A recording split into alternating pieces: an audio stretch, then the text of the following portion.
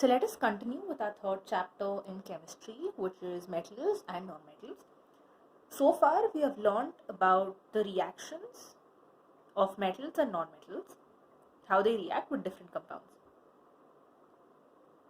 Today in this video, we will be learning about another reaction where a metal tries to combine with a non-metal to give us a few products. Now before getting into this reaction, we'll have to know about the noble gases. So what are noble gases? When you see in the periodic table, to your extreme right corner, you will observe elements such as helium, neon, argon, xenon, etc. These are all noble gases. So they are called noble gases because of some special property in them. This property is stability. So what do you mean by stability? To get to know what is stability, we'll have to look into the atomic structure of these noble gases. We can take an example. Here we take an example of the neon atom. So what exactly makes neon a noble gas? And why is it said to be stable? Now you know all of these elements in the periodic table have something called as the atomic number. The atomic number gives us a count of the number of protons and electrons present in an atom. Now that we have taken the example of a neon atom, we'll have to know its atomic number. So you don't really have to memorize the atomic numbers, they will be given to you. So looking at the periodic table, we can see that the atomic number of neon is 10. Now what does an atom consist of? It consists of all the charged particles. Now where are they exactly placed in the atom? Now an atom has a core, and that core is called a nucleus. The nucleus will contain the positively charged particles within it. And around the positively charged particles, we have something called as shells. The electrons will revolve around the nucleus in different shells. Now talking about the neon atom, we need a nucleus for this neon atom. Now the nucleus consists of positively charged particles called as protons. Now the number of protons will have to be the same as the atomic number of the element, which is 10. So there are 10 protons inside the nucleus of a neon.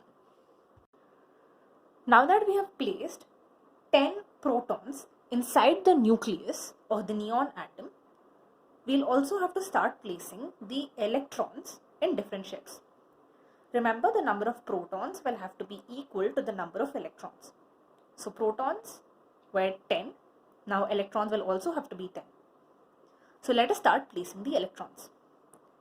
Now to place the electrons, we'll have to know about the concept of shells. We have different shells named K, L, M, N and so on. We only have to concentrate on K, L and M for now.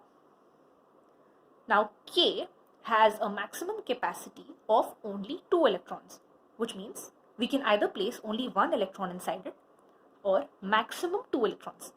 But you cannot place more than 2 electrons inside the K shell. Now talking about the L shell, the maximum capacity is 8. So anything less than 8 will be occupied inside the L shell, or if anything is equal to 8, that also will be occupied, but nothing more than 8 can occupy the L shell. Now M shell also has the same capacity as L shell, which is 8 electrons. So now we have the atomic number 10. We also have to place 10 electrons for the neon atom. So now we draw the K shell first. Now I've already placed 2 electrons in the K shell, and that is the maximum capacity of it. So now 10 minus 2, 8, which means we are still having 8 electrons that are to be placed in different shells. Now that K has its maximum capacity, we will have to move on to L. Now we know that L has a maximum capacity of 8. And by chance, we also have 8 electrons remaining from the atomic number. So we now place these remaining 8 electrons inside the L shell. Now that we have all the 8 electrons occupying their positions in the L shell, let us count all the electrons together. 2 plus 8 gives us 10, and we were supposed to place 10 electrons. So here all the placing is done and the protons are same as the electrons. Now why is it that this noble gas is called stable? Now you see this outermost shell, this is called the valence shell. So for an atom, whichever is the outermost shell, that will be called the valence shell. Now this valence shell is occupying its maximum position, right? 8 was the maximum capacity and 8 electrons have been placed here. That is why we say that this atom is stable. So because of the stability of this atom, it does not react with any other atom. It's not that noble gases do not at all react with any other element. It's just that it is difficult because they are already stable. They don't need an extra pair of electrons from any other atom, right? Now that we know about noble gases, let us start with a reaction of a metal with a non-metal. Now here for metal, we take an example of the sodium atom. And for a non-metal, we take the example of a chlorine atom. So you know that first we'll have to start placing protons inside the nucleus of these atoms. For us to place the protons, we need to know the atomic number. Now looking at the periodic table, we can say that sodium's atomic number is 11 and chlorine's atomic number is 17, which means we'll have to place 11 protons inside sodium and 17 protons inside chlorine. Now that we have placed 11 protons inside the sodium nucleus and 17 protons inside the chlorine nucleus, let us start placing the electrons. Now we know that electrons will have to be the same as protons. In sodium, protons are 11 in number. So we know that electrons also will have to be 11 in number. So we start with the first shell, which is the K shell. Now that we have filled the first K shell with 2 electrons for sodium, we still have other electrons remaining. The same for chlorine. Chlorine has 17 protons in its nucleus. Now we need to fill chlorine's outer shells with 17 electrons as well. So we also start giving electrons to chlorine. Now that the K shell has been filled with their maximum capacities for both these atoms, let us place the next shell, which is the L shell. In case of sodium, we have 11 minus 2 electrons remaining, which is 9 electrons. And L can occupy only 8 electrons, which means the L shell here has to be occupied with 8 electrons. Now that the L shell is filled with electrons, we have 1 electron remaining for sodium. For chlorine, now that we have placed 2 electrons in the K shell, we have to place the remaining electrons in the L shell. So how many electrons do we have left for chlorine? 17 minus 2, which is 15. But L can occupy only 8 electrons. So first we place those 8 electrons in the L shell. Now that both the L shells have been placed with electrons, let us place the leftover electrons. Sodium still has 1 electron remaining. So let us place that in the M shell, which is the next shell. Now after placing this 1 electron on the outermost shell of sodium, the electronic configuration for sodium is done. Now with chlorine, we still have 8 plus 2 is 10, so we still have around 7 electrons remaining. So that will be placed in the next shell, which is the M shell. Now that we have placed all the remaining 7 electrons in its respective shell, we have completed the electronic configuration for chlorine as well. So now what you observe here is sodium has only 1 electron in its valence shell, which makes sodium unstable, right? Because if it would have been stable, it would have occupied all of the electrons in its outermost shell. But that is not the case. So what sodium can do to become stable is it can give away that 1 electron, or it can take in 7 electrons. Now what do you think would be easier, to give 1 electron or to take 7 electrons? It would be easier to give away 1 electron. Now in case of chlorine, what you observe is in its valence shell, you have 7 electrons. Now for chlorine to be stable, how many electrons should it have in its valence shell? 8, right? But here it is 7. So what chlorine can do to become stable is give away all those 7 electrons or take 1 electron from a different atom, so that orbit moves away. If you give away all of the 7 electrons in the chlorine atom, this orbit does not exist, right? Which means the L orbit exists, and that is already filled with 8 electrons. So it will become easier for chlorine to attain stability. But now chlorine can make it an easier way for itself and just accept 1 electron and become stable. So now this 1 electron that chlorine can receive can be given by sodium, right? Because sodium can give away 1 electron to become stable, and chlorine can take 1 electron to become stable.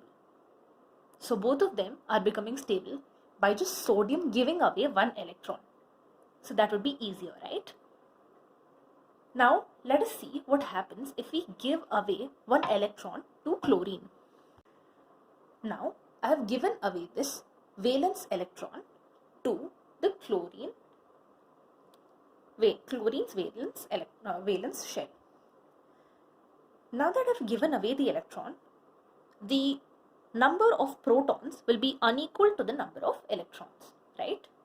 But what have we learned? We have learned that protons has to be same as the number of electrons. So what happens here is, we'll have to count the number of protons and electrons again. Now for sodium, the number of protons would not have changed because we do not deal with the protons in the nucleus. So the protons will remain to be 11. Now what about electrons? I just gave away 1 electron. Initially we had 11 electrons present in the sodium atom, but I just gave away 1 electron, which makes it 10 in number. Now talking about chlorine. Chlorine at its nucleus has 17 protons. Because we never shared any of the protons, protons will remain the same. So protons are still 17. What about the electrons? I just received 1 electron from the sodium side, right? Initially chlorine had 17 electrons, but now because of the addition of this 1 electron from the sodium side, the electron count becomes 18. Now you see, protons and electrons are not equal. We will have to show that the protons and electrons are not equal in the equation as well. So what we do is, proton, which is more in charge, will be represented in this case. And here the electron is more in charge. That is why the electron will be indicated here on the chlorine atom. How can we do that? The sodium atom that gave away one electron has more proton charges now. And how many more proton charges does it have than electron? One more proton charge. So that is why we say Na has a +1 charge. Alright. Now talking about chlorine. Chlorine has more number of electrons. How many charges does it have more than proton? It has one more charge than proton.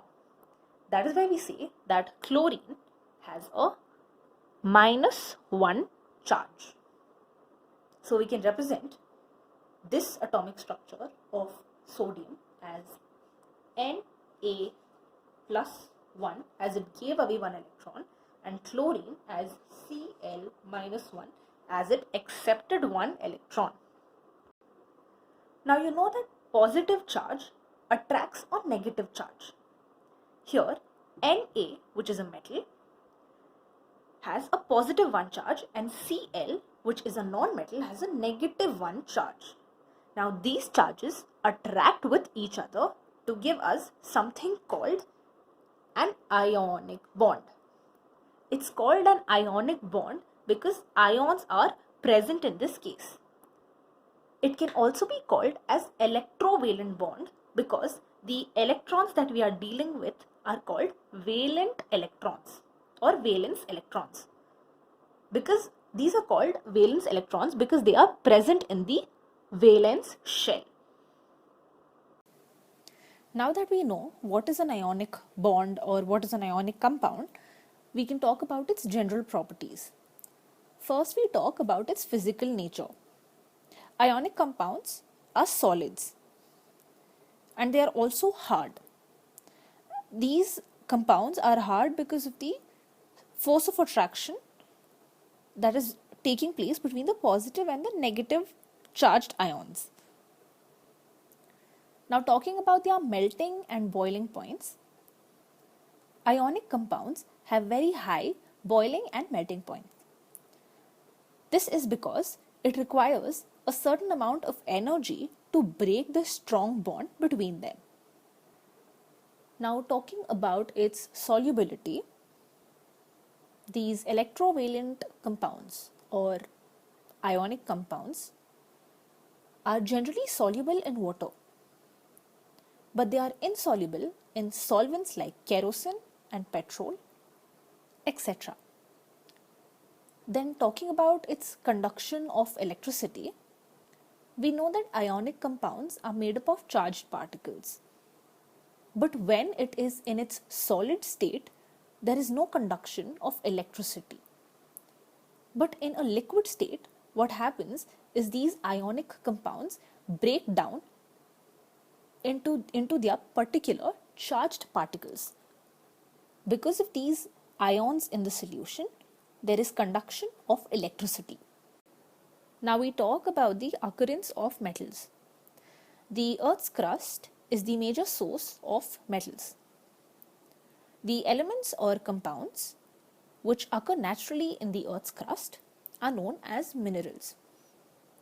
Now at some places, minerals contain a very high percentage of a particular metal, and this metal can be profitably extracted from it. Now these minerals that can be profitably extracted, these are called as ores. Now if a mineral has more impurities than a metal, then it is of no use for us. We need something which has more metal in it. That is why if any mineral has more metal content than an impurity content, then that would be profitable, right? Because we don't have to put in more effort to extract the metal out of it. That is why they are called as ores. Now talking about how do we extract these metals from their respective ores, we have different methods. But you see, some metals, they are naturally existing in the Earth's crust. They don't need any extraction. We have talked about the reactivity list, where metals which are more reactive are on top and the ones that are less reactive are at the bottom. The metals that are at the bottom of these activity series, they are the least reactive, right? These are the ones that are found in free state. The property of these elements of being less reactive has made it possible for them to exist freely in nature. Because if they are less reactive, they will not form any bonds with different elements or metals, right? That is why they exist freely in nature and don't have to be extracted. They just have to be mined out of the Earth's crust. For the least reactive metals, we have examples such as gold, silver, platinum, and copper. Sometimes copper and silver are found to be in combined states. Now let us talk about the metals that are at the top of this activity series. These are metals such as potassium, sodium, calcium, magnesium, and aluminium. Because of the property of these metals to be so reactive, they are never found to be freely existing in nature. They are always combined with a different element to form a different compound from which we'll have to extract that metal. Now we talk about the metals that are in the middle of the activity series. These are zinc, iron, and lead. These are moderately reactive. They are mainly found in the Earth's crust as oxides or sulfides or even carbonates. Mostly what you find is that these ores are mainly present as oxides. And this is because oxygen is a very reactive element and is very abundant in the Earth's crust.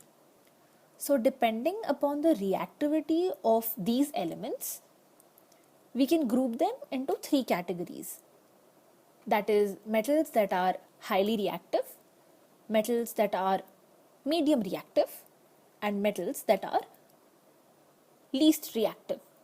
Now, because of its reactivity, we have different processes from which the metals can be extracted. Now, because all of these metals have various level of reactivity, the process involved for a metal which is highly reactive would be different from that of the metals that are medium and low reactive. But the first step remains common for all of them. This is called the enrichment of ores. So when you mine out any of these metals from the Earth's crust, they all contain large amounts of impurities such as soil, sand, etc. These impurities are called gangue. So do you want an impurity to get into a metal? No. We'll have to remove them before extracting the metal out. These impurities can be removed based on the differences between their physical or chemical properties. So here, because of its physical or its chemical property, there are separate techniques that will have to be applied. We can take an example of gold. We know that one of the physical properties of gold is that it is a heavy metal. Now this property can help us remove the impurities from gold easily. In the same way, other metals will have a certain property, either physical or chemical. Now, taking advantage of these properties, we can separate the impurities out of them. Now, let us get into the process of extracting metals. First, we talk about extracting metals which are low in the activity series. We know that most of the ores of metals are present as oxides majorly. So here we'll also see how in the Earth's crust this metal is being oxidized to form into an oxide. If it is not present as an oxide, it will be present as a sulfide or a carbonate. But then it is easier to perform extraction on metals if they are in their oxide states. That is why if a metal is present in its sulfide or carbonate form, we first convert that into an oxide form. Then with the product being formed as a metal oxide, it will be easy for us to extract the metal out of it. So the first example that we take is a cinnabar. Cinnabar, whose chemical formula is HgS, is an ore of mercury. This is first heated in air and is converted into mercuric oxide. This mercuric oxide is then reduced to mercury on further heating. So you see, extracting metals which are low in the activity series are very simple. First, they are converted into their respective oxides and then they are just heated to give us the pure metal. Let us take another example of copper. Copper is found as Cu2S in nature, which is a sulfide form. Now we need to obtain an oxide form for us to easily extract it. So what we do is, first we take the Cu2S and heat it in air to give us the oxide of copper, which is Cu2O. This also gives us a byproduct of SO2. Now this SO2 is not what we need, right? It is the Cu2O that we have our eyes on.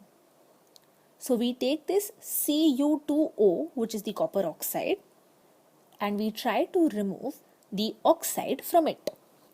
So we take the same ore of copper, which is Cu2S, and try to combine it with Cu2O. And then we heat these two compounds.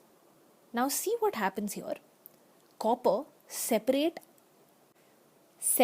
out as a pure element and the sulfur combines with the oxygen to give us SO2. So pure copper is what we needed and that is what we got using this extraction method. Now we try to extract metals that are in the middle of the activity series. These metals are moderately reactive. They are usually present as sulfides or carbonates in nature. Now because they are present as sulfides or as carbonates, they will have to be converted into their respective oxides, because it is easier to extract pure metals from oxides. So first we have an example of zinc sulfide, which is an ore. We heat it in the presence of oxygen to give us a zinc oxide. The SO2 that is formed is a byproduct and we do not need that. It is zinc oxide that is needed. Now this is how we convert a zinc sulfide into a zinc oxide. This conversion is called as roasting. Now how do we get an oxide from a carbonate? Here we have an example of zinc carbonate, which is heated to give us a zinc oxide. The byproduct here is carbon dioxide. Now this process where a carbonate of a metal heats up to give us a oxide of a metal is called as calcination. Now that we have received the respective oxides of these metals, we now try to obtain their pure elements. Now we know that the metals that we are using here to extract it is moderately reactive. So one method that we can use to convert this oxide of the metal into its pure element is by using another metal which is even more reactive than the metal that we are having. So in the first example, we got our zinc oxide. Now the zinc metal is moderately reactive. Copper is something which is more reactive than zinc. So we know that the oxygen will get attached to the carbon because carbon is highly reactive. Now that zinc oxide is reduced to zinc, we have got our pure metal. This reaction is both a redox reaction and a displacement reaction.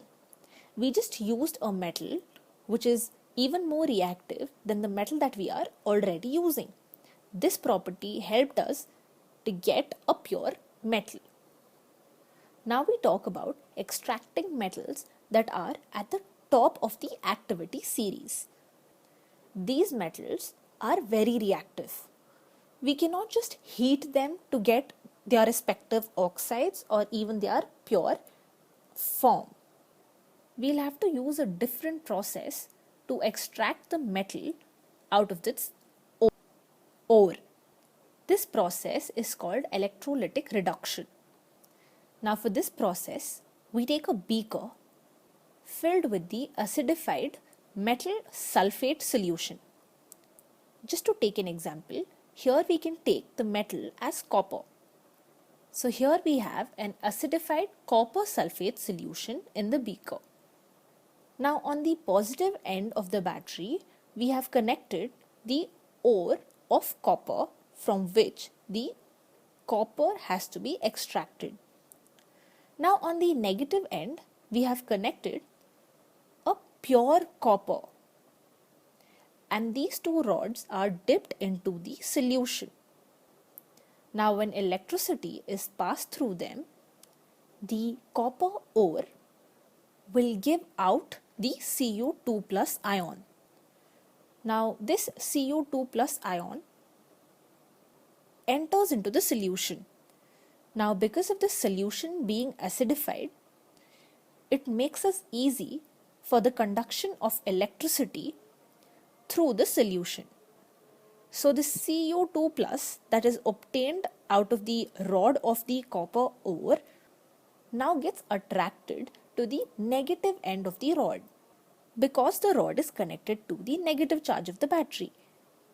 Now from this ore, only copper is pouring out into the solution, that is the Cu2 plus, and this copper is now getting attached to the other rod which is completely purely copper. And this is how you extract a metal out of the ore. Now we talk about corrosion. We see silver articles become black after some time when they are exposed to air. This is because it reacts with sulfur in the air to form a coating of silver sulfide. Talking about other metals like copper, copper reacts with moist carbon dioxide in the air and slowly loses its shiny brown surface and gains a green coat. Iron, when exposed to moist air for a long time, acquires a coating of a brown flaky substance called rust. Now how will you prevent corrosion from happening? It can be prevented by painting, oiling, greasing, galvanizing, or anodizing. Galvanization is a method of protecting steel and iron from rusting by coating them with a thin layer of zinc. Just like galvanization, we have the other different methods that can be used, and this can help prevent corrosion. Now, this brings us to the end of chapter 3. I hope you have understood all the 3 chapters. If you have any doubts, please mention all your doubts in the comment section below, and I will try to clear your doubts as soon as possible. Thank you for watching.